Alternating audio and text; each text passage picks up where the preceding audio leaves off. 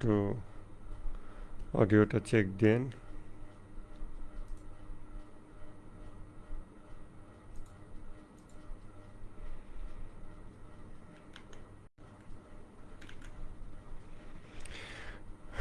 আসসালামু আলাইকুম, বিসমিল্লাহ। আমরা চেহেল হাদিসের 23তম দিনের ক্লাস শুরু করলাম।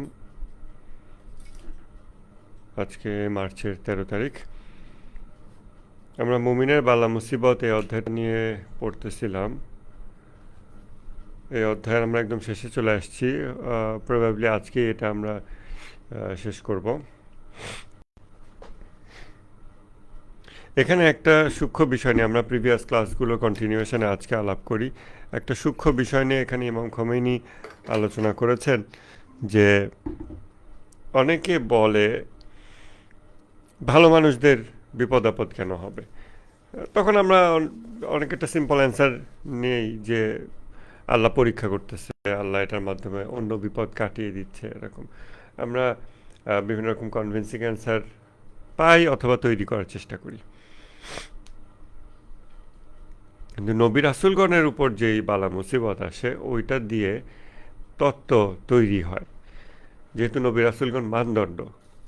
এবং এটাকে কেন্দ্র করে মুসলমানদের ইতিহাসে দেখা গেছে যে বিভিন্ন রকম দৃষ্টিভঙ্গি তৈরি হয়েছে যে নবী রাসূলগণের উপরে কোনো বালা মুসিবত আসতে পারে কি না। এটা তাদের যেই তাবলিগের যে কাজ, দিন প্রচারের যে কাজ, ওটার সাথে ওটার দায়িত্ব পালনে ব্যাঘাত ঘটবে, এ ধরনের কোনো বালা মুসিবত পসিবল কিনা, এরকম অনেক সূক্ষ্ম সূক্ষ্ম প্রশ্ন তৈরি হয়েছে। তো এই প্রশ্নগুলো কিছু এখানে ইমাম খোমেনি ডিল করেছেন। আমার মনে হয় না যে আমাদের খুব বেশি দরকার আছে, কারণ আমরা ওটা মনে করি না। নবী রাসূলের বালা মুসিবত এটা আমাদের কাছে অ্যাকসেপ্টেবল জিনিস। বাট জাস্ট ইন কেস কেউ কেউ শিক্ষকবিহীনভাবে ধর্মীয় আধ্যাত্মিক যাত্রা করার চেষ্টা করে, এবং তখন যেটা হয় এক্সটার্নাল শিক্ষক, যেটা আমরা এই ক্লাসেরই প্রিভিয়াস ডে 14-এ আমরা এটা আলোচনা করেছি যে দুটো শিক্ষক থাকে আল্লাহ তাআলা মানুষকে দিয়েছেন। একটা হলো প্রথম শিক্ষক, তার নিজের ভিতরে ওয়াহম, faculty of thought and imagination. আর একটা হচ্ছে এক্সটার্নাল শিক্ষক, সেটা হচ্ছে নবী রাসূল। তো যখন কেউ এক্সটার্নাল শিক্ষকের গাইডেন্স ছাড়া শুধুমাত্র নিজের চিন্তায় নিজে নিজে অগ্রসর হতে থাকে, তখন অনেক সময় মানে ভুল লাইনে চলে যাওয়ার রিস্ক থাকে, এবং এটা প্রায়ই হয়, আমরা প্রায় এটা হতে দেখি। তো জাস্ট ইন কেস কেউ ওরকম ভাবতে ভাবতে মনে করে যে না, তাহলে নবী রাসূলদেরকে আল্লাহ বিপদ আপদ দিবে না, এটা দেওয়ার সঙ্গত হয় না, তারপরে সে নিজেকেও একটা সামহাট একটা মাকামে চিন্তা করতে পারে যে আমার তো একটা রিলিজিয়াস মাকাম হয়েছে, অতএব আমার উপর এখন কোনো বিপদ হওয়া চলবে না। এবং সেরকম চিন্তা থেকে সে হয়তো ইভেন তার দায়িত্ব, সামাজিক দায়িত্ব, যা শারীরিক দুঃখ কষ্ট বয়ে আনে, এ ধরনের দায়িত্ব থেকেও হয়তো সে নিজেকে অ্যাভয়েড করার, সরায় নেওয়ার চেষ্টা করতে পারে। যে ওই যে আমরা পড়েছিলাম নন্দলাল কবিতায় যে আমি না করিলে কে করিবে আর উদ্ধার এই দেশ, সকলে বলিল বাহবা বাহবা বেশ। তো ওরকম সিচুয়েশন হতে পারে। বেশ কিছু কেস আমার ব্যক্তিগত অবজারভেশনে আছে বলে আমি মনে করলাম যে ইমাম খোমেনি যদিও খুব সূক্ষ্ম বিষয় নিয়ে এখানে আলোচনা করেছেন, কিন্তু আমাদের জন্য এটা সতর্কতা হিসেবে কিছুটা জেনে রাখলে ভালো হবে। অতএব এই ধরনের চিন্তা যে কোনো নবী রাসূলের শারীরিক রোগ হইতে পারবে না, অথবা ধরেন পচন রোগ, শরীর পচে যাবে, যাতে মানুষ তার কাছে আসতে পারবে না, মানুষ তার থেকে আরও দূরে সরে যাবে, এরকম হতে পারবে না, তাকে অলওয়েজই ফিজিক্যালি বেস্ট কন্ডিশনে থাকতে হবে, এই চিন্তাটা সঠিক না। এই চিন্তাগুলো সাধারণ মানুষ এই জায়গা থেকে করে যে তারা স্পিরিচুয়াল ওয়ার্ল্ড আর ম্যাটেরিয়াল ওয়ার্ল্ড এই দুটার প্রপার ডিফারেন্সিয়েশন করতে পারে না। এগুলোকে প্রপারলি আলাদা করতে পারলে তখন এই ধরনের ভুল চিন্তা আসে না। বরং ইমাম জাফর সাদিক আলাইহিস সালামের হাদিস আছে যে কিছু মাকাম, মুমিনের কিছু মাকাম কেবলমাত্র দুঃখ দুর্দশার মাধ্যমেই অর্জিত হয়। আবার সাথে সাথে এটা আমাদের ভেবে নেওয়া ঠিক হবে না যে কিছু দুঃখ দুর্দশা আমার জীবনে ঘটছে বলেই আমার মাকাম উন্নত হচ্ছে। কেননা এটার ক্ষেত্রে জরুরি হচ্ছে যে হিউম্যান বিইং হবে ইন্টেনশনাল অ্যানিমাল, মুসলিম মুমিন হবে ইন্টেনশনাল অ্যানিমাল, তার প্রতিটা কাজে ইন্টেনশন থাকবে। সো যখন কোনো দুঃখ দুর্দশার মধ্য দিয়ে সে গো থ্রু করে, তখন তার ইন্টেনশনটা কি? তখন তার ইন্টেনশন কি এটা অ্যাভয়েড করা, এটা থেকে পালানো, এটাতে মানে বিরক্ত হওয়া এরকম, নাকি তার ইন্টেনশন হচ্ছে যে এটা আল্লাহর পক্ষ থেকে আমাকে যা দিয়েছে আমি এতেই সন্তুষ্ট, আমি আমি এটা অ্যাকসেপ্ট করে নিলাম, এরকম।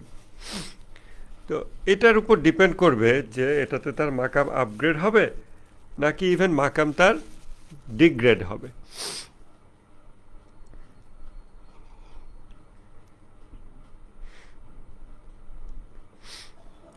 ইমাম জাফর সাদিক আলাইহিস সালাম বলছেন যে নিশ্চয়ই কিছু মাকাম আছে আল্লাহর বান্দার যা আল্লাহ তাকে দেন না, কি ছাড়া? দুটি জিনিসের যে কোনো একটি ছাড়া। এক হচ্ছে হয় তার সম্পদের ক্ষয়ক্ষতি হবে অথবা তার শরীরের ক্ষয়ক্ষতি হবে। এই দুটির কোনো একটি ছাড়া কিছু নির্ধারিত মাকাম আছে যা আল্লাহ তার বান্দাকে দেন না।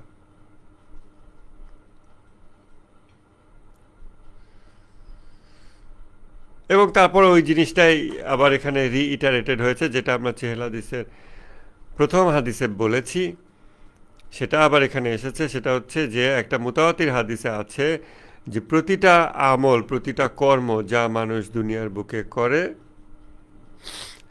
তার প্রতিটারই অপর জগতের একটি রূপ আছে। এই যে কর্মের দুই রূপ আমরা চেহেল হাদিসে প্রথম হাদিসে বইয়ের মধ্যে লিখে দিয়েছিলাম, সেই জিনিসটা যে প্রথম হাদিস থেকে যখন আমি লিখেছি প্রথম হাদিসের ব্যাখ্যায়, ওইখানে হয়তো ঠিক এইভাবে কর্মের দুই রূপ এইভাবে লেখা নাই, বাট আমি ওখান থেকে সার্বিকভাবে যা লেখার মতো পেয়েছি আমি সেটা লিখেছি।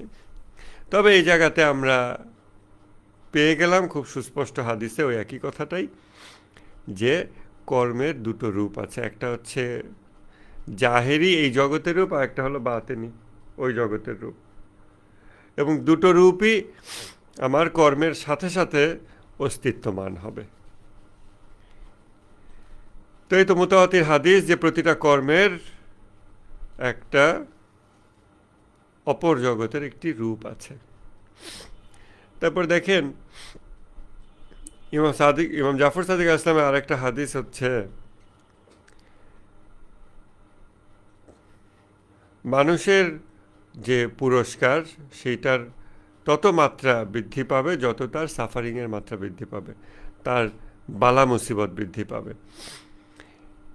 এবং কোনো জাতিকে আল্লাহ তাআলা দুঃখ দুর্দশার মধ্য দিয়ে, বালা মুসিবতের মধ্য দিয়ে পার না করে তাকে ভালোবাসেননি। আমরা মানে যদি জাতি হিসেবে চিন্তা করি, ফিলিস্তিনি, ইয়েমেনি, ইরানি, লেবানিজ, এই যে মাজলুম যে জাতিগুলো আছে যারা দীর্ঘদিন জুলুমের শিকার, তবে অ্যাট দ্য সেম টাইম আবারও খেয়াল রাখতে হবে আপনি জুলুমের শিকার হলেই যে আল্লাহ আপনাকে ভালোবাসছে তা না। কেননা মুমিনের বালা মুসিবত অধ্যায়নে আমরা পড়তেছি, এবং এখানে শুরুতেই ইমাম খোমেনি বলছেন যে বালা মুসিবত মুমিনেরও হয়, কাফেরেরও হয়। অতএব বালা মুসিবত যখন মুমিনের হয়, তার যদি ওটার সাথে ইন্টেনশন থাকে, একটা জাতি যারা যারা রাস্তায় স্লোগান দিচ্ছে, যারা রাস্তায় নেমে এসেছে ফিলিস্তিনিদের পক্ষে, এবং যখন পাশেই বোমা পড়তেছে তখন তারা আল্লাহু আকবার বলে স্লোগান দিয়ে উঠতেছে। এটা তো কোরআনের ওই আয়াতের বাস্তব প্রতিফলন, যেখানে বলা হয়েছে যে একদল লোক এসে তাদেরকে বললো তোমাদের বিরুদ্ধে মানুষ জড়ো হয়েছে, অতএব ওদেরকে ভয় পাও। তারা এতে তাদের বরং আরও ঈমান বৃদ্ধি পেল, এবং তারা বলল যে না, বরং আমার জন্য আমার আল্লাহই যথেষ্ট, আমার রব আমার জন্য যথেষ্ট।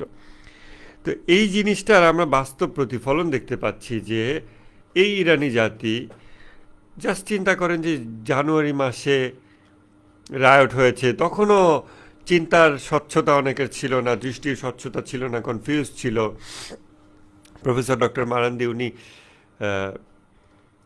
কোন একটা পডকাস্টে এরকম বলতেছেন, উনি বলতে কি উনি আবেগ আপ্লুত হয়ে গেছেন যে উনার কোনো স্টুডেন্ট তারা ওনাকে পার্সোনালি জানাইছে যে তারা এই রায়টের সাপোর্টার ছিল, তারা রায়টে পার্টিসিপেট করেছে অ্যাক্টিভলি, কিন্তু এখন তাদের ভুল ভেঙেছে এবং এখন তারা রাহবারের শাহাদাতের ব্যাপারে তারা রাস্তায় নেমেছে।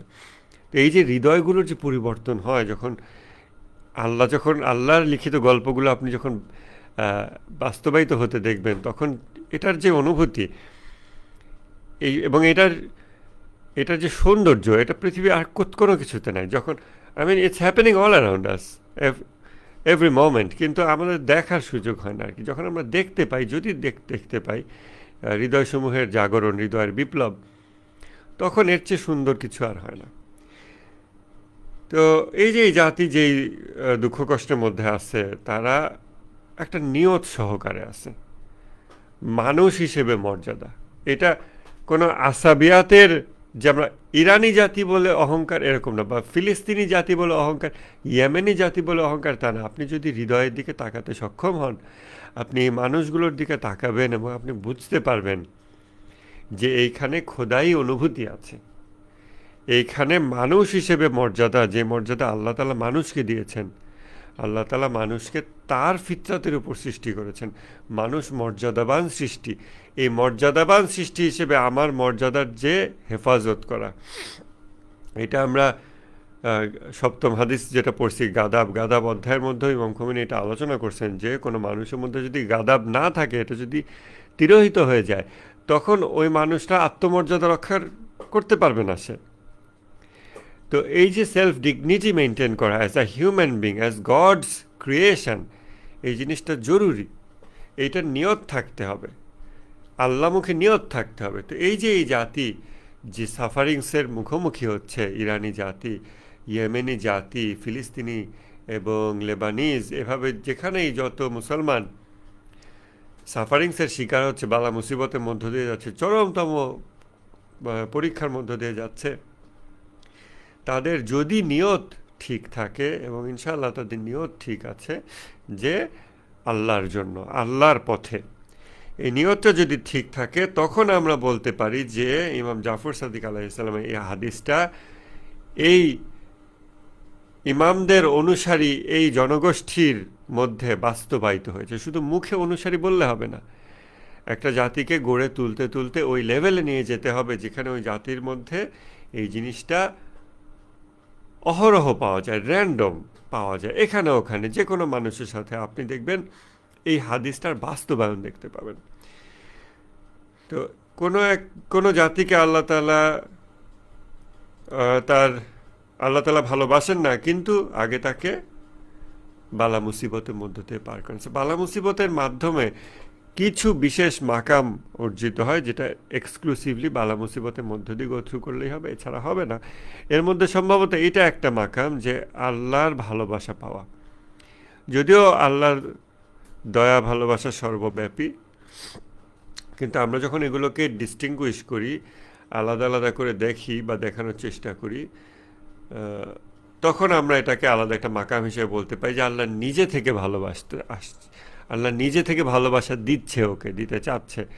ও ইভেন যা ডিজার্ভ করে তার চেয়ে বেশি। অবশ্যই এটা সবার ক্ষেত্রেই প্রযোজ্য। স্টিল আমরা যখন মাকামগুলোকে ডিফারেন্সিয়েট করি, তখন আমরা এটাকে একটা মাকাম হিসেবে দেখতে পারি যে অন্যদের তুলনায় আল্লাহকে অনেক বেশি ভালোবাসা দিচ্ছে, এই জাতিকে বেশি ভালোবাসছে, বেশি নৈকট্য দান করছে। দেখেন না এই জাতি কীভাবে এরকম দৃঢ় হয়ে গেল যে সামনেই বোমা পড়ছে, পিছনে ডানে বামে, সামনে পিছনে বোমা পড়ছে, তারা দৌড়াদৌড়ি করছে না, বিচলিত হচ্ছে না, বরং তাদের ইমান আরও বৃদ্ধি পাচ্ছে, তারা ইমানের উপরে আরও ইস্তেকামাত হচ্ছে, দৃঢ়ভাবে প্রতিষ্ঠিত হচ্ছে। এটা কীভাবে সম্ভব হলো? যদি না তাদের হৃদয়গুলোতে আল্লাহর স্মরণ দ্বারা স্থিতি আসে।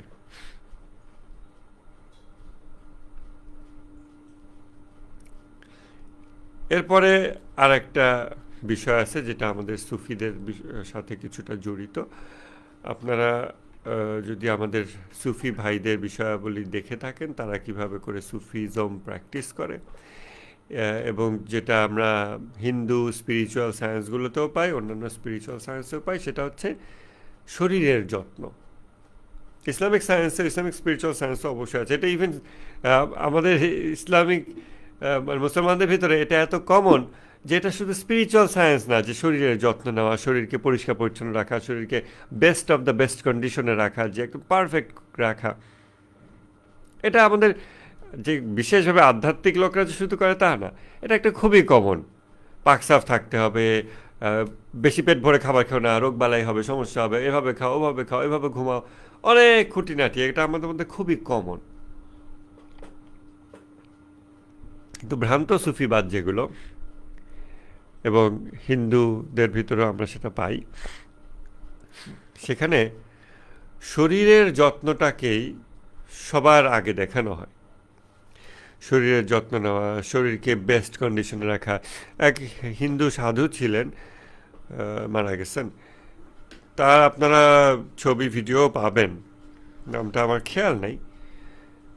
তার বয়স যখন 30 বা 35 এরকম, ওই বয়সে তার বয়স বৃদ্ধি পাওয়া বন্ধ হয়ে গেল। এর মানে না যে সময় থেমে গিয়েছে, কিন্তু বায়োলজিক্যাল যেই ডিকে, মানে ক্ষয় হয় শরীরে, বয়স তো 25-এর পর থেকে তো আস্তে আস্তে মানুষের শরীর ক্ষয়ের দিকে যেতে থাকে।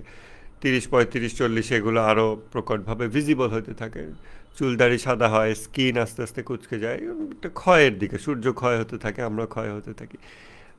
মুমকিন ও লজুদ বিষয়টাই এরকম, বস্তু জগৎ এরকম। যাই হোক, কিন্তু সেই লোক সামহাও বিভিন্ন কলাকৌশল অবলম্বনের মাধ্যমে খাদ্য, বিশ্রাম, হয়তো stress free life, meditation, through lots of process, সে এজিং অফ করে দিল। এমন না যে তার জন্য কোনো ডাক্তারের কাছে গেছে, গেল সে নিজেই।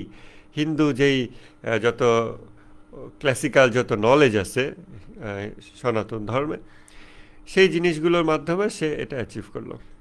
যার ফলে তার যখন বয়স 60 বা এই টাইপের, তখনকার তার ভিডিও আছে, একটা জাস্ট নেংটি পরে আছে, হাঁটতেছে, একদম মনে হবে আপনার একটা যুবক, ইয়াং একটা যুবক এরকম। তার মাসল, তার স্কিন, তার ফেস, তার চুল, দাঁত, এভরিথিং একদম এরকমটা। এগুলো দেখলে অনেকে এগুলোতে খুবই অ্যামেজড হয়ে যায় এবং ভাবে যে ওয়াও, এইটাই মনে হয় প্রকৃত আধ্যাত্মিকতা। কি কি এমন জিনিস আছে তার ভিতরে।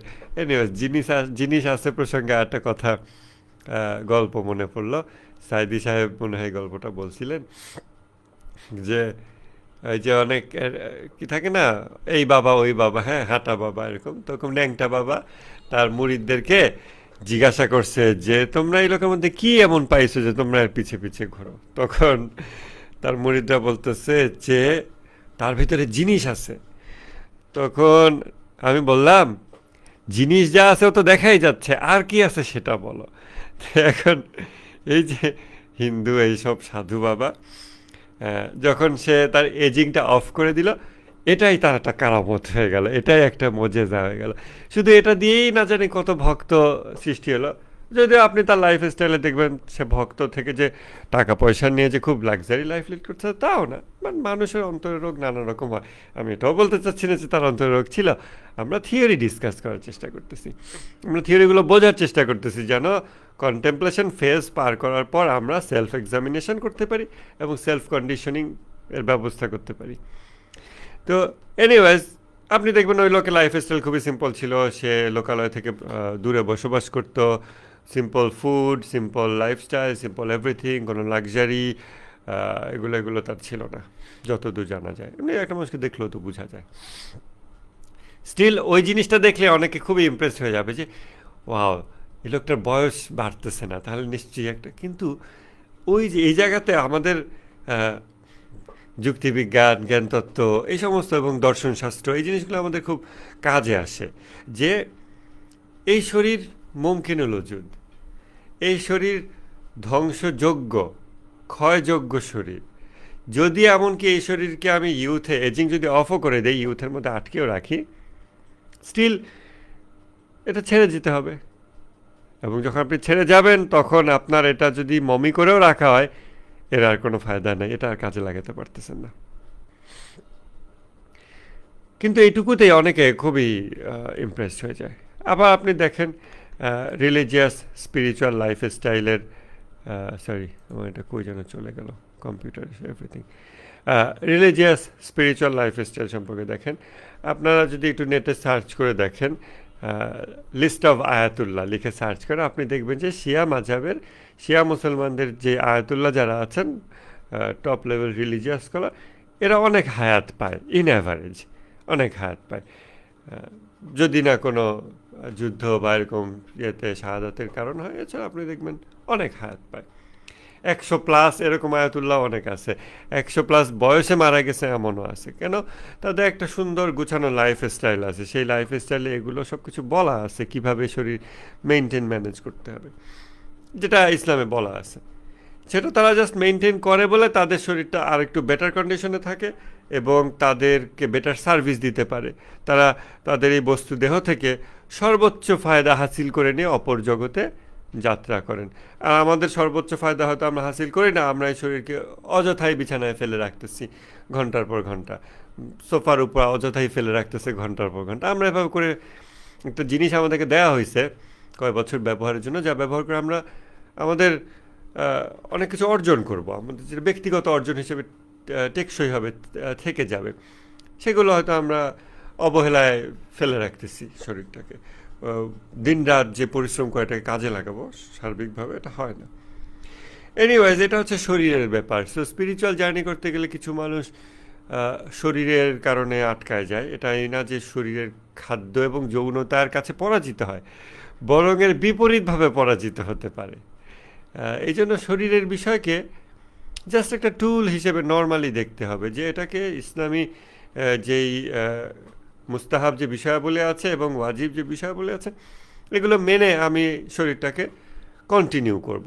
এটা নিয়ে এটার কাছে পরাজিত হওয়ারও দরকার নেই, আবার এটা নিয়ে খুব বেশি বিমোহিত হওয়ারও দরকার নেই। যে ইসলামিক লাইফস্টাইলে শরীরের কিন্তু যথেষ্ট কমফোর্ট আসে, মানে ইন্টারনাল কমফোর্ট আসে। যদি কেউ ইসলামিক খাদ্যাভ্যাস, তারপরে ইসলামিক আরও যা যা শরীর সংক্রান্ত যে বিষয় আছে এগুলো সব মেনটেন করে, তার শরীর মোটামুটি কমফোর্টেবল থাকবে, যা দ্বারা সে আরও পরিশ্রম করতে পারবে, অন্যান্য কাজ করতে পারবে ইসলামের পথে এবং কামালতের পথে। এই জন্য শরীরের বিষয়টাকে এভাবে নর্মালি দেখতে হবে। এই সংক্রান্ত কোনো বড় ধরনের কিছু থিওরাইজ করে ফেলা ঠিক হবে না। ওস্তাদবিহীনভাবে ধর্মীয় যাত্রা করতে গেলে এই ধরনের অনেক কিছু অনেকে মনে মনে থিওরাইজ করে ফেলতে পারে, এবং তখন দেখা যায় যে শরীর হয়ে যাবে স্পিরিচুয়ালিটির মানদণ্ড। শরীর কখনো স্পিরিচুয়ালিটির মানদণ্ড না। তবে অবশ্যই আমাদের কোনো কোনো শরীর শরীরের কাছে পরাজিত হবার নিদর্শন হিসেবে আবির্ভূত হইতে পারে, সে বিষয়ে আমাদের সতর্ক থাকতে হবে।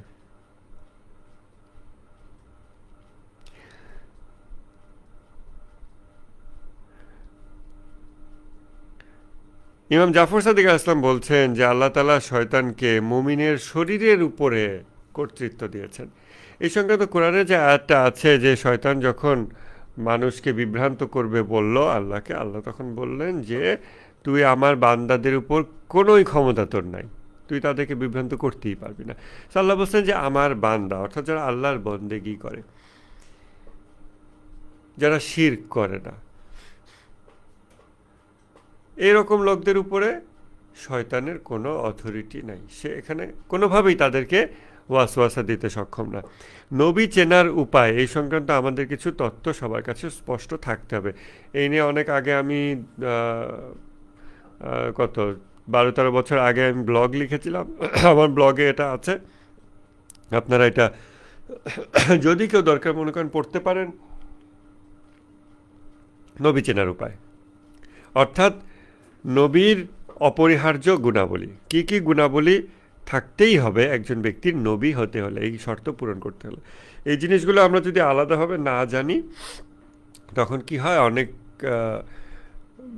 আজে বাজে বিতর্কে ঝামেলা সৃষ্টি হয়, বা অনেকে পথভ্রষ্ট হয়ে যায় যে হ্যাঁ নবী রাসূল তো তারাও তো আমাদের মতো মানুষ, এই সঙ্গে তবে একটা আয়াত হয়তো তার মাথায় আছে, তারাও আমাদের মতো মানুষ, হ্যাঁ তা একটা ভুল হতেই পারে, একটা ত্রুটি হতেই পারে, একটা দোষ হতেই পারে। এরকম করতে করতে তার যেহেতু কোনো সেট বাউন্ডারি নাই, মানদণ্ড নাই, নবী হওয়ার যেই অপরিহার্য শর্তসমূহ, এটা যেহেতু তার সেট করা নাই, যার ফলে সে ইচ্ছামতো যখন যা আসে মানবীয় বিচারে নিজের কাছে, ওই যে দুটি শিক্ষক মানুষের, একটা হলো ওয়াহম ইন্টারনাল শিক্ষক, আর একটা হচ্ছে নবী রাসূলগণ ইমামগণ বাহ্যিক শিক্ষক। তো যেহেতু বাহ্যিক শিক্ষক তাকে এগুলো শেখাচ্ছে না, সে বাহ্যিক শিক্ষকের কাছ থেকে শিখতেছে না, অতএব সে নিজের মনে মনে চিন্তা করে এরকম এটা সেটা ভেবে নেয়, ভেবে নিয়ে ওটার কে থিওরাইজ করে ফেলে, ওটা হয়তো প্রচারও করে ফেলে, কখনো কখনো ওটা সঠিক হয়, তখন তার কনফিডেন্স বাড়তে পারে, এটা হচ্ছে রিইনফোর্সড হয় তার কনফিডেন্স। কিন্তু এ ধরনের রিইনফোর্সড কনফিডেন্সে খুবই রিস্ক আছে। এবং সবসময় তাত্ত্বিকভাবে খেয়াল রাখতে হবে যে আমরা নিজে নিজে কোনো কিছু থিওরাইজ করলেও এটা যদি পরবর্তীতে দেখি যে সঠিক প্রমাণিত হচ্ছে, স্টিল অলওয়েজ মনে রাখতে হবে যে আমি যখন এক্সটার্নাল শিক্ষক ছাড়া নিজে নিজে থিওরাইজ করছি, অলওয়েজ আমার একটা রিস্ক থাকতেছে। আমি যা থিওরি তৈরি করি বা মনে মনে মানদণ্ড চিন্তা করি, এটাতে ভুল ত্রুটি হওয়ার আশঙ্কা আছে। এটা মাথায় রেখে থিওরাইজ না করে উপায় নেই। এটা ছাড়া মানুষের অগ্রযাত্রা সম্ভব না। কিন্তু আমাদের থিওরি তৈরি করতে হবে, আমাদের আবার এটাও মাথায় রাখতে হবে যে এটাতে আমাদের ভুল ত্রুটি থাকতে পারে, এবং যখনই আমরা ভুল ত্রুটি পাবো আমরা এটাকে সংশোধন করে নেব। অতএব শয়তানকে মুমিনের শরীরের উপরে অথরিটি দেওয়া হয়েছে, কিন্তু ইমাম জাফর সাদিক বলছেন কিন্তু তার ইমানের উপরে অথরিটি দেওয়া হয়নি। অর্থাৎ নবী রাসূলকে, ইভেন নবী রাসূলকে, তাহলে তো মুমিনদেরকে অবশ্যই, ইভেন নবী রাসূলকে শারীরিকভাবে ক্ষয়ক্ষতি করতে পারবে শয়তান। এমন না যে শুধু যুদ্ধের ময়দানে অন্য মানুষের অস্ত্রের আঘাতপ্রাপ্ত হবেন, বরং শয়তান ন্যাচারাল যেই ফোর্সগুলো আছে এগুলোকে ব্যবহার করে নবী রাসূলদের শরীরকে ক্ষতিগ্রস্ত করতে সক্ষম, রোগবালাই সৃষ্টি করে দিতে সক্ষম। এরকম আমাদের নবীজি মুহাম্মদ সাল্লাল্লাহু আলাইহি ওয়াসাল্লাম, তার কিন্তু একটা জ্বরের ঘটনা আছে, যে এই ব্ল্যাক ম্যাজিকের মাধ্যমে, এটা এই জ্বরের ঘোরে যে তিনি কখনো উল্টাপাল্টা বলে ফেলবেন তা হবে না। কারণ যদি উল্টাপাল্টা বলে ফেলেন তখন সেটা হয়ে যাবে ইমান আক্রান্ত হয়ে গেছে, এটা সম্ভব না, কারণ ওটা তাবলিগের মূল উদ্দেশ্যকে ব্যাহত করে দেয়, দিন প্রচারে। অতএব নবী রাসূলগণের, মুমিনের শরীরের উপরে শয়তানের কর্তৃত্ব পসিবল। আমাদের শরীরের উপরে তো ভাই বাতাসের পোকামাকড় যেগুলো সূক্ষ্ম মাইক্রোস্কোপিক ভেসে বেড়ায়, ওগুলোরও তো অথরিটি আছে আমার শরীরের উপর, তাই না? আমাদের শরীরে কত পোকামাকড় মাইক্রোস্কোপিক লেভেল আমরা দেখলে বুঝতে পারি, স্কিনের উপরে হেঁটে বেড়াচ্ছে সব কিছু, পেটের ভিতরে কত আছে, শরীরের ভিতরে রক্তের মধ্যে কত কি আছে, এগুলোই তো আমার উপর অথরিটি আছে, এগুলো তো আমাকে শরীরকে নষ্ট করতে পারে, এগুলো করতে পারে। তো এই যে এই জিনিসগুলো আমরা যখন আলোচনা করি, আমাদের খেয়াল রাখা দরকার যে আপনারা এখন এই মুহূর্তে যারা ক্লাসে আছেন, হয়তো আপনাদের এই জিনিসটা নতুন মনে হচ্ছে না, কিন্তু আমরা যখন দিনই জ্ঞান অর্জন করব, এটা শুধু আমার ব্যক্তি জীবনের জন্য না, এটা আমাদের সমাজ জীবনের জন্য। আমাদের একটি ব্যক্তি দেহ আছে, আমাদের একটি সমাজ দেহ আছে, আমাদের একটা সমাজ দেহের জন্য এই জ্ঞানগুলো। এবং তখন আপনি যখন নিজের পরিমণ্ডল থেকে বের হবেন এবং ওয়াইডার কমিউনিটিতে তাকাবেন, এবং তখন আপনি দেখবেন যে কত মানুষ আছে যারা মনে করে যে নবী রাসূলের মুখ দিয়ে উল্টাপাল্টা কথা বের হওয়া পসিবল, তাদের দ্বারা ভুল ত্রুটি গুনাহ পসিবল, অতএব শয়তানের ওয়াসওয়াসাও পসিবল। ক্যাটেগরিক্যালি সিমিলার, তারা অ্যাক্টিভলি এটা মনে না করলেও মোরালে সিমিলার ক্যাটেগরির থিঙ্কিং তাদের ভিতরে আছে। সো এই ধরনের জিনিসগুলোকে মুসলিম সমাজ দেহ থেকে, এ ধরনের চিন্তাকে বের করতে হলে, দূর করতে হলে, এটাকে শুদ্ধ করতে হলে আপনার তখন এটার থিওরি লাগবে। এবং এই জন্য আমরা যখন এগুলো কিছু পড়ি বা আপনারা যখন এই ক্লাসগুলো করবেন, শুনবেন, তখন এরকম না যে হ্যাঁ এটা তো আমি জানি, অতএব আমি মোবাইল স্ক্রল করতেছি, হ্যাঁ এটা আমার জানা বিষয়, এটার আলোচনা যখন শেষ হবে আমার অজানা বিষয় যখন আসবে তখন আমি মনোযোগ দেবো না, এভাবে করলে হবে না। যে বিষয়টা আলোচনা হচ্ছে আপনি চিন্তা করেন যে এটা সমস্ত মুসলমান বাংলাদেশে জানে কিনা, অ্যাটলিস্ট বাংলাদেশে যেখানে আপনার রিচ আছে। আপনার যদি বর্ডারের বাইরেও রিচ থাকে, ভেরি গুড, সবাই জানে কেন। ও কিছু মানুষ জানে না, আচ্ছা তাহলে এই জিনিসটা আমি একটু শুনি, ওই মানুষদের কাছে আমি এটা কেমনে কনভে করবো, আমি কনভে করেছি, আমি কনভে করতে পারি, তাদেরকে এসলা করাও তো আমার দায়িত্ব, আমার একই সমাজ দেহের অংশ সবাই। তখন ওইটা আর আপনি চিন্তা ভাবনা করবেন যে যা কিছু আমি খুব, হ্যাঁ এটা তো সত্য, এটা তো জানি, হ্যাঁ এটা তো এরকম। আপনি দেখবেন অনেকে এটা এভাবে জানে না, সেও আপনার ভাই, একই উম্মা, অতএব তার কাছে এটা আপনি কেমনে পৌঁছাবেন, মানদণ্ডগুলো নির্ধারণ করতে হবে। নবী চেনার উপায়, মানদণ্ডগুলো নির্ধারণ করতে হবে। সেখানে আমরা সুস্পষ্ট 1 2 3 করে লিখে দিব যে নবী রাসূলগণের দেহের উপরে মানুষ অথবা ইবলিশের কর্তৃত্ব সম্ভব হইলেও তাদের ইমানের উপরে কারো কোনো রকম কর্তৃত্ব সম্ভব নয়, because it defeats the purpose of messengership. রিসালাতের যে লক্ষ্য সেটাই তখন ব্যর্থ হয়ে যায়। এভাবে করে আমাদের এই জিনিসগুলো থিওরি এস্টাবলিশ করা উচিত, এবং এই ধরনের থিওরি এস্টাবলিশ করলে দেখবেন সমাজে পরবর্তীতে এটা হয়তো ওই জায়গায় হেল্প করবে, যখন বৃহস্পতিবারের ঘটনা নিয়ে কেউ পড়বে, হয়তো তার চোখের সামনে আসবে, কানে আসবে যে নবীজি ইন্তেকালে 3 দিন আগে বললেন যে কিছু কাগজ কলম নিয়ে আসো, আমি তোমাদেরকে এমন কিছু লিখিয়ে দেব যাতে তোমরা আমার পরে পথভ্রষ্ট হবে না। তখন একজন বললেন, 2 ভাগ হয়ে গেল সাহাবীরা। একজন সাহাবী বললেন যে নবী জ্বরের ঘোরে মৃত্যু যন্ত্রণায় প্রলাপ বকছেন, আমাদের তো কিতাবুল্লাহ যথেষ্ট। তো এইটা যে এইখান থেকে দেখেন এই হাদিসটা যত আলোচনা হয় বেশিরভাগই এটাতে ইট এন্ডস আপ ইন এক্সাইটমেন্ট, যে হ্যাঁ হযরত ওমর এটা কেন বলছে, বা কেউ যদি এটাকে যুক্তি দিচ্ছে হযরত ওমর বলছে এটা প্রমাণ করতে না পারে, কোনো একজন সাহাবী তো বলছে, সে আবার সাহাবী বিরোধী আহলে বাইতপন্থী, সামহাও সেটা ভুলে যায় যে আহলে বাইতরাও সাহাবী। তো এরকম একটা অবস্থা হয়। তো তখন ওই মানদণ্ডের দৃষ্টিকোণ থেকে ঠান্ডা মাথায় তাকানো এই ব্যাপারটা আর হয় না। আমরা প্রথম হাদিসে এটা আলোচনা করছি, নবীজির হাদিস আছে যে কেউ উত্তেজিত অবস্থায় ধর্মীয় বিতর্ক করে সে যদি সঠিকও হয় তো বসে হক পাবে না। সঠিক হওয়া আর হক পাওয়া আলাদা জিনিস। তো এই যে এই বিষয়টা নবী চেনার উপায়, এটার থিওরিগুলো যদি আমরা সমাজে ওয়েল এস্টাবলিশড করতে পারি তখন কি হবে? তখন ওই ঘটনাটা যখন কেউ পড়বে শুনবে তখন সে চিন্তা করে দেখবে যে আসলেই তো এটা তো থিওরিটিক্যালি ইম্পসিবল যে জ্বরের ঘোরে বা মৃত্যু যন্ত্রণায় মুখ দিয়ে ভুলভাল কথা বলবে নবী, এটা আল্লাহর নিয়ম বহির্ভূত, এটা অসম্ভব।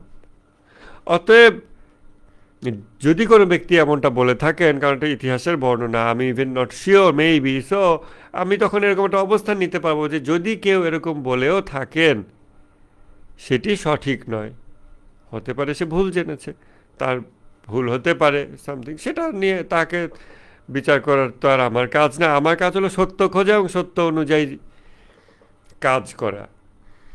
তো এই বর্ণনাটি যদি সঠিক হয়ে থাকে তাহলে এই ব্যক্তি সঠিক বোঝে নাই। নবী চেনার যে উপায় বা নবীর যে অপরিহার্য শর্তসমূহ, সেটার যদি 100টা শর্তও থাকে তার মধ্যে অন্তত একটা শর্ত এই ব্যক্তি জানতো না। মানে যে সবই জানতো না তাও না, কিছু হয়তো জানে, কিছু ল্যাকিংস থাকতেই পারে। মানুষ এরকমই, আপনার আমারও অনেক জ্ঞান অসম্পূর্ণ, ত্রুটিপূর্ণ, অনেক বিষয়, বেশিরভাগই সবই প্রায় মনে হয়।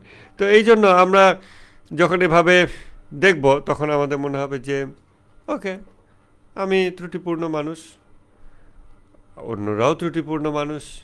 হ্যাঁ, ত্রুটিপূর্ণ মানুষ যা করেছে অনেক কিছু, সেটা হয়তো আমার পড়লে অনেক রাগ হতে পারে, কিন্তু আরেক দিক থেকে আমি আবার এটাকে সিম্পলিও যেন দেখতে পারি যে আচ্ছা একজন ত্রুটিপূর্ণ মানুষ, তার ত্রুটি থেকে এরকম এরকম বলেছে।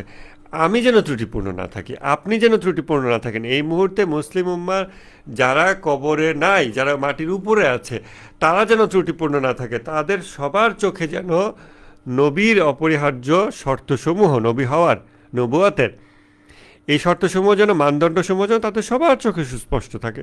তাহলে তো আমরা একটা পারফেক্ট হিউম্যান সোসাইটি পেয়ে যাচ্ছি। তখন কাউকে আর গালিগালাজও লাগতেছে না, মারামারিও লাগতেছে না, বরং আমরা খোদামুখী যাত্রার দিকে ব্যস্ত হইতে পারবো, রাদার দেন কে ভুল ছিল কে সঠিক ছিল ওটা নিয়ে উত্তেজিত বিতর্ক করা, যাতে আমরা সঠিক হলেও আমরা হক পাচ্ছি না। এই সমস্ত দৃষ্টিকোণ থেকে যখনই আমরা কোনো কিছু পড়বো, তত্ত্ব, এগুলো চিন্তা করবো, শুধু নিজের জন্য চিন্তা করবেন না, অথবা শুধু নিজের মাঝহাব, নিজের লোকজন, নিজের সার্কেল, রিলিজিয়াস সার্কেল, শুধু এভাবে চিন্তা করবেন না। চিন্তা করবেন সবার জন্য, যা কিছু একটা ভালো আপনি পাবেন সবার কাছে যেন আপনি এটা পৌঁছে দেন, সবার কাছে কোন কোন কৌশলে আপনি এটা পৌঁছে দেবেন এটার চিন্তা রাখবেন। তখন এই জ্ঞানগুলো আমাদের ভিতরে জীবন্ত হয়ে উঠবে, যেটা কাজ করতে শুরু করবে নলেজটা। আর আদারওয়াইজ এই নলেজটা সিম্পলি কানে আসবে, এটা এভাবে রয়ে যাবে। আমরা প্রতি বছর হয়তো একই তত্ত্ব, একই লেকচার শুনি বিভিন্ন ধর্মীয় অনুষ্ঠানে, বাৎসরিক যেগুলো ঘুরে ঘুরে আসে, এবং এটা 20 বছর ধরে একই তত্ত্বই আমি জানি, আজকেও যা শুনতেছি, শোনার সময় মোবাইল চাপতেছি, ওই জ্ঞানটা আমার ভিতরে ওয়ার্কিং জীবন্ত জ্ঞান হয়ে ওঠে নাই। কারণ আমি যদি সমাজের জন্য কাজ করতাম, এটা জীবন্ত হয়ে উঠতো। সে নানানভাবে এটাকে মানুষের কাছে পৌঁছে দিত, এটা মুভ করতো আমার ভিতরে। একই জ্ঞান গত বছর আমার কাছে একরকম খোলসে আমি বহিঃপ্রকাশ ঘটাইছি, এবছর আর একরকম খোলসে বহিঃপ্রকাশ ঘটাবো। যারা ইরানে পড়াশোনা করে আসেন আমাদের আলেমগণ, তাদের কাছে এটা শুনছি যে একই বিষয়ে ইরানে আলেমরা এক বছরের লেকচার দ্বিতীয় বছর রিপিট হয় না। একই বিষয়, বিষয় রিপিট হয় কিন্তু লেকচার রিপিট হয় না। ওই একই টপিককে ভিন্ন আঙ্গিকে সে তুলে ধরে পরের বছরে। প্রতি বছরই ভিন্ন ভিন্ন আঙ্গিকে বিভিন্নভাবে তুলে ধরে। তখন কী হয়, জ্ঞানটা জিন্দা হয়, সেই জ্ঞানটা অ্যাক্টিভলি মুভ করতেছে। দেখেন সে কত ফর্ম নিচ্ছে, এক এক ফর্ম নিয়ে সে সোসাইটি এক একটা অংশকে ইম্প্যাক্ট করতেছে। আমাদের এই ক্যাপাবিলিটিটা লাগবে নিজেদের ভিতরে। যে কোনো জ্ঞান আমাদের ভিতরে আসবে, এটা জীবন্ত হয়ে উঠবে, এটা মুভ করবে, এটার অ্যাক্টিভিটি থাকবে। এটা শুধু এরকম না আমি এটা জানছি, ওকে এটাই তো। ইমান কি? ইমান হচ্ছে আল্লাহতে বিশ্বাস, রাসূলে বিশ্বাস, শেষ। এটাকে নানান অ্যাঙ্গেলে দেখতে হবে, নানানভাবে বলতে হবে। ইমামত কি? নানান অ্যাঙ্গেলে দেখতে হবে, সামাজিকভাবে, ইকোনমিকভাবে, এভাবে ওভাবে। আমি জানি না, বাট অনেকভাবে দেখা সম্ভব, চেষ্টা করতে হবে নিত্য নতুনভাবে। তখন জ্ঞান আমাদের ভিতরে জীবন্ত হবে। তো এই যে নবী চেনার উপায় আমরা যখন পড়বো, যে ইমাম জাফর সাদিক আসলাম বলছেন যে আল্লাহ তাআলা শয়তানকে মুমিনের শরীরের উপরে কর্তৃত্ব দিয়েছেন কিন্তু তার ইমানের উপরে নয়, তখন আমাদের চিন্তা করতে হবে এটা একটা থিওরি, এটা একটা সূত্র। এই সূত্রটা কতভাবে আমি সোসাইটির কোন কোন মানুষের কাছে পৌঁছে দিতে পারি ক্রিয়েটিভ ওয়েতে, এটা আমাদের চিন্তা করতে হবে। আমরা তখন এটা পৌঁছে দেবো ইনশাআল্লাহ। তারপরে ইমাম জাফর সাদিক আসলামের একটা হাদিস আছে, নিশ্চয়ই মুমিন সব ধরনের বালা মুসিবতের মুখোমুখি হয় এবং সে সব রকম উপায়েই মারা যায় আত্মহত্যা ছাড়া। মুমিন আত্মহত্যা করে না। এখন আবার কারো যদি মনে আসে যে তাহলে ইমাম খোমেনি যে ফতোয়া দিলেন কি যেন, সুইসাইডাল অ্যাটাক, শত্রুর বিরুদ্ধে, এটা জায়েজ আছে। দেখেন, এটা যখন কেউ প্রশ্ন করেছে তখন এটার উত্তরে ইমাম যা বলেছেন সেটা এভাবে প্রচারিত হয়েছে। এটা তো সুইসাইডাল অ্যাটাকই না। আপনি যখন তলোয়ার নিয়ে যুদ্ধের ময়দানে যান, আপনি কি তখন নিশ্চিত মৃত্যুর দিকে এগিয়ে যাচ্ছেন না? ইয়াস। হ্যাঁ, তখন বলবেন না পুরাপুরি শিওর না, কারণ কে আমাকে আঘাত করবে তলোয়ার দিয়ে আমি তো জানি না, আবার নাও করতে পারে হয়তো তলোয়ার দিয়ে। আমি কাউকে আঘাত করলাম, আমি বিজয়ী হয়ে ফিরে আসলাম, তো আমি তো নিশ্চিত মৃত্যুর দিকে এগিয়ে যাচ্ছি না। এগুলো ব্রেইনের উল্টাপাল্টা যুক্তিতর্ক। পসিবল, আমি বলতেছি না সবার মাথায় এটা আসবে, বাট দিস ইজ পসিবল। তখন আবার পাল্টা প্রশ্ন করা যাবে যে তাহলে কি নিশ্চিত মৃত্যু হলে, জানলে তুমি কি দিনই দায়িত্ব পালন করতে না, জিহাদের ময়দান থেকে ফিরে আসতে, কিতালের ময়দান থেকে ফিরে আসতে? না, সেটা তো সুযোগ নাই। সো দেখেন, নিশ্চিত মৃত্যু জেনেও আপনি তো আপনার দায়িত্ব থেকে অব্যাহতি পাচ্ছেন না, আপনাকে যুদ্ধের ময়দানে যেতে হচ্ছে। তাহলে নিশ্চিত মৃত্যু আলিঙ্গন করা, ইসলামে তো শরীর টিকিয়ে রাখা, বেঁচে থাকা দুনিয়াতে, এটা কোনো মানদণ্ডই না, এটা কোনো শর্তই না, এটা কোনো দায়িত্ব কর্তব্যের মধ্যেও না যে আজীবন বেঁচে থাকতে হবে, যতদিন না আমার বার্ধক্যজনিত কারণে মৃত্যু। এটা কোনো শর্তই নাই, কোথাও বলা হয়নি যে মুসলমানের বেঁচে থাকতে হবে তাহলে মুসলমান হতে পারবে সে, এটা কোথাও নাই। অতএব এটা যুদ্ধের বৈধ পদ্ধতি কিনা, যে আপনি শত্রুকে হত্যা করতে যাচ্ছেন, আপনার কাছে তখন এমন কিছু উপাদান আছে যা দ্বারা শত্রু হত্যা হবে কিন্তু আপনার দেহও শেষ হয়ে যাবে। এটা জায়েজ কিনা? হ্যাঁ, এটা জায়েজ, এটা সিম্পল ব্যাপার, এটা জায়েজ।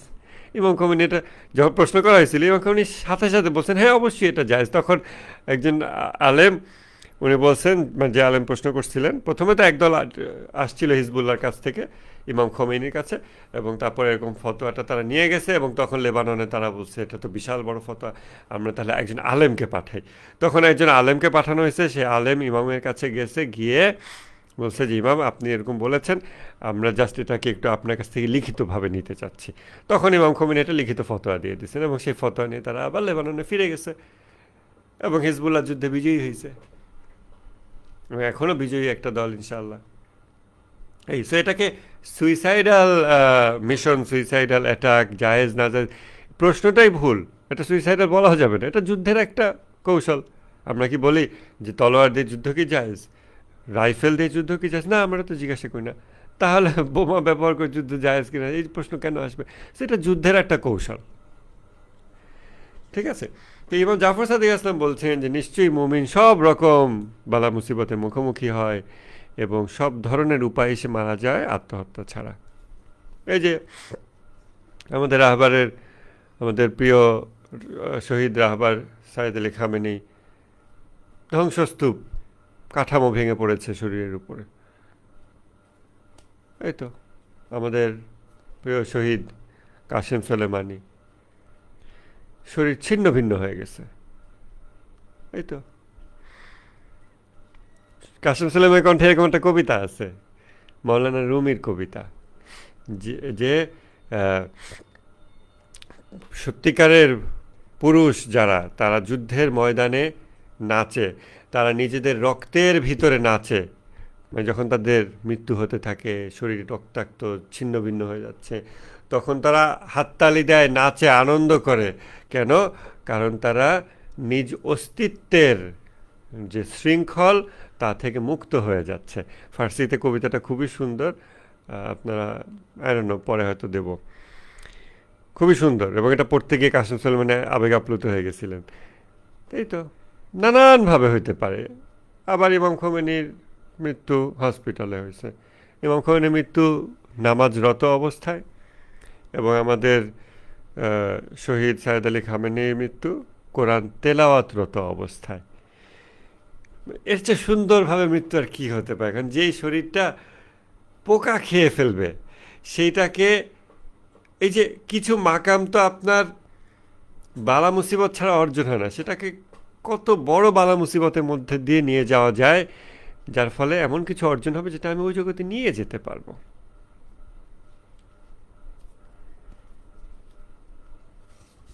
তারপরে আরেকটা বিষয় হলো, প্রতিটা আনন্দই দুনিয়ার বৈশিষ্ট্য যেটা, প্রতিটা আনন্দই কিছু না কিছু ব্যথা সৃষ্টি করে, কষ্ট সৃষ্টি করে, এবং দুনিয়ার প্রতিটা আনন্দের পরেই দুঃখ কষ্ট থাকবে। যদিও এই জিনিসটা আমরা মানে মনে রাখতে পারি না অনেক সময়, আমরা ভুল বুঝি, এবং আমরা কোনো একটা বিশেষ কমফর্ট এনশোর করার জন্য লাইফে বিভিন্ন রকমের কমফর্ট এনশোর করার জন্য আমরা প্রচেষ্টা করি। যখন প্রচেষ্টারত থাকি বা কমফর্টটা এনজয় করি, মুহূর্তে হয়তো খেয়াল হয় না যে এটা ট্রানজিয়েন্ট, এটা পার হয়ে যাবে, এটা ক্ষণস্থায়ী, এবং এটার পরে আবার হার্ডশিপ আসবে। এই যে মুমিনের দুটি নূর আছে, আশা এবং ভয়, পেইন অ্যান্ড প্লেজার, এই দুটো চক্রাকারে আসতেই থাকবে। আশা এবং ভয় দুটো যদিও আমরা যে অধ্যায়ে আলোচনা করছি দুটো একসাথে থাকবে, তবে পেইন এবং প্লেজার যেটা আমরা ওয়ার্ল্ডলি মেট্রিক দিয়ে মাপি, সেটা চক্রাকারে আসতেই থাকবে। আর যদি না আসে, তার ভয় পাওয়া উচিত যে কী ব্যাপার, আল্লাহ আমাকে কমফর্টের মধ্যে রাখছে কেন? কারণ ওই যে ওই হাদিসটা আছে যে যদি কাফেররা আল্লাহর কাছে কিছু প্রার্থনা করে, দুনিয়াবি কিছু, আল্লাহ তাআলা তাদেরকে তা দিয়ে দেন। কেন? দুনিয়াবি বিষয় এতই তুচ্ছ যে আপনার ঘরের ফেলে দেওয়া ময়লা যদি কেউ চায়, আপনি কি সেটা না দিয়ে রেখে দেবেন? নাও, নিয়ে যাও, তুমি যা চেয়েছো। মাওলানা আলী আলাইহিস সালামের একটা হাদিস আছে না, যে তোমাদের এই দুনিয়াবি ক্ষমতা এবং এরকম কিছু একটা কথা বলছেন, বা টোটাল দুনিয়ার কথাই বলছেন, এটা ছাগলের নাকের সর্দির চেয়েও আমার কাছে তুচ্ছ, এরকম। তো এই জিনিস যখন আমাদের মাওলা বলতেছেন, তখন তো এটাই এটার হাকিকত, মানে তার চেয়েও এটা তুচ্ছ। অতএব এত তুচ্ছ জিনিস যখন আল্লাহর কাছে কাফেররা কামনা করে, চায়, আল্লাহ যে তাদেরকে দিয়ে দেন, এটা তো খুবই স্বাভাবিক। বরং আল্লাহ তাআলা মুমিনদের কাছ থেকে এই তুচ্ছ জিনিস দূরে সরিয়ে রাখেন, বালা মুসিবত দান করেন, যেন তার হৃদয় আল্লাহর স্মরণ জেগে ওঠে, আল্লাহর স্মরণ থেকে গাফেল না হয় ইত্যাদি। যার যার মাকাম অনুযায়ী তাকে আল্লাহ তাআলা বালা মুসিবত দান করেন। এবং কাফের বালা মুসিবত কীভাবে পায়? সেই দুনিয়া কামনা করে এবং এই দুনিয়ার এই তুচ্ছ জিনিস আল্লাহ তাকে দিয়ে দেয়। কিন্তু দুনিয়ার বৈশিষ্ট্য হচ্ছে, যেটা ইমাম খোমেনি এখানে বলছেন, যে এমন কি দার্শনিকরা বলে যে দুনিয়ার আনন্দ কোথায় আছে? দুনিয়ার আনন্দ আছে দুঃখ কষ্টকে এড়ানোর মাধ্যমে, এটা থেকে পালানোর মধ্যেই আনন্দ। এমনকি এই দুনিয়ার প্রতিটা আনন্দই ব্যথা সৃষ্টি করে, কষ্ট সৃষ্টি করে, এবং এর প্রতিটা সুখের পরেই দুঃখ এবং কষ্ট আছে। বরং এরপর একটা থিওরি, এই থিওরিটা খেয়াল করেন। দুনিয়ার যেই উপাদানসমূহ, বস্তুগত ম্যাটেরিয়ালিস্টিক ওয়ার্ল্ড, এই অণু পরমাণু, মানবদেহ, গাছপালা, মাটি, পানি, concrete, what ever, electronics, everything, দুনিয়ার যেই বস্তু সামগ্রী, তারা সত্তাগতভাবে অক্ষম কিসের ক্ষেত্রে? পরম কল্যাণ, পরম সুখ, পরম আনন্দ এগুলো ধারণ করার ক্ষেত্রে, কিংবা নির্ভেজাল খাঁটি সৌন্দর্য এগুলো ধারণ করা এবং বহিঃপ্রকাশ ঘটানোর ক্ষেত্রে দুনিয়ার বস্তু সামগ্রী সত্তাগতভাবে অক্ষম। একজন নবীর বর্ণনা আছে না, তার শরীর পচে গেছে, রোগ কি যেন রোগ হয়ে আল্লাহ তাকে এই রকম শারীরিক ক্ষয়ক্ষতির মধ্য দিয়ে আল্লাহ তাকে আরও উন্নত মাকাম দান করেছেন। তো এই যে দুনিয়ার বস্তু সামগ্রী, তা আল্লাহ তাআলার যেই আল্লাহর দেওয়া মুমিনদের জন্য যে পরম আনন্দ আছে, এক্সট্যাসি, এই এক্সট্যাসি ধারণ করতে সক্ষম নয় দুনিয়ার উপাদানসমূহ। এবং নির্ভেজাল সৌন্দর্য এটাও দুনিয়ার উপাদানসমূহ দ্বারা ধারণ করা সম্ভব নয়।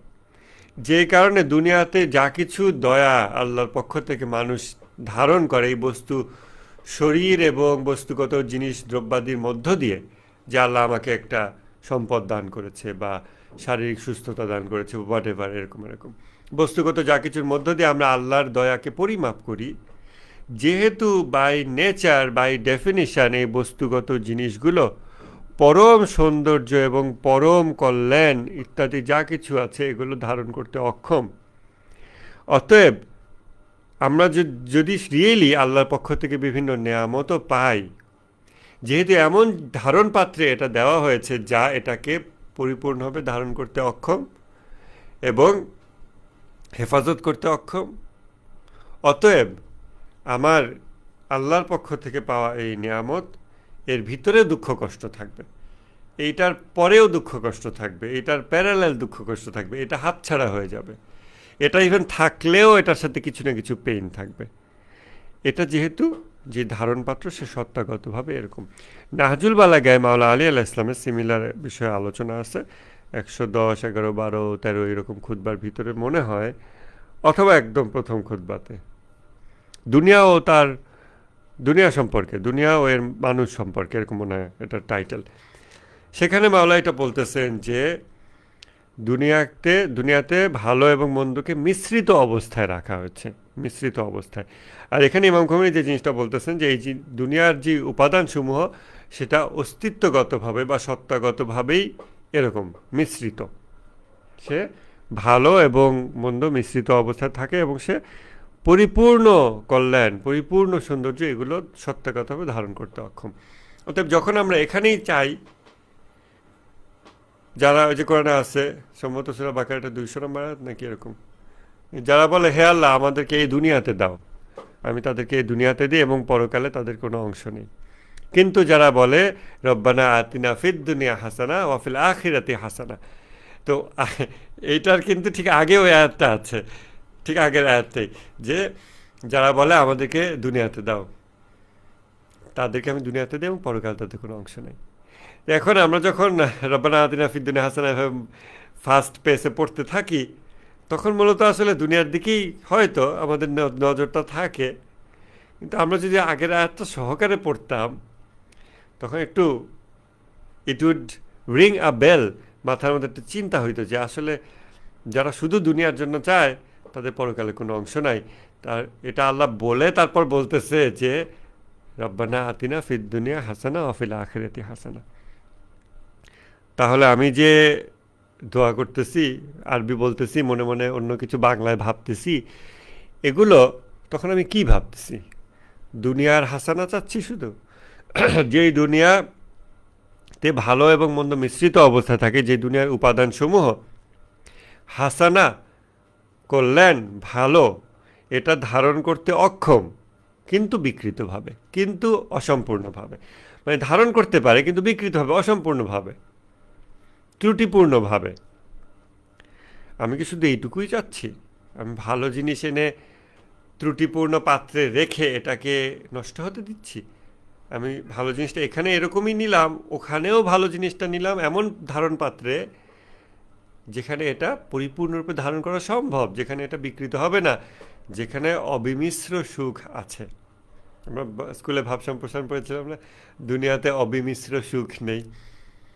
তো আমার মনে হয় না যে ওই বয়সে বাচ্চারা অবিমিশ্র শব্দটা অর্থ জানে। সবাই যদি ভাব সম্প্রসারণ লিখে আসছে, বাট এখনকার অ্যাডাল্ট লোকদেরকে জিজ্ঞাসা করেন তো বাংলাদেশি যে অবিমিশ্র মানে কি, সে মনে হয় না বলতে পারবে। ওই ভাব সম্প্রসারণগুলো আমাদের এখন দেওয়া উচিত।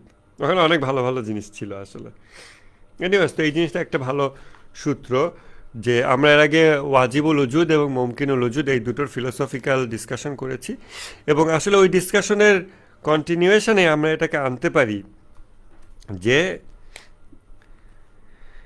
rather the very material of this world lacks the capacity to accept absolute goodness and unadulterated beauty. এই জিনিসটা আমরা সূত্র হিসেবে মনে রাখতে পারি। তো ইনশাল্লাহ আমরা এটা আজকে শেষ করলাম। আমি মনে হয় না বাকি অংশটা,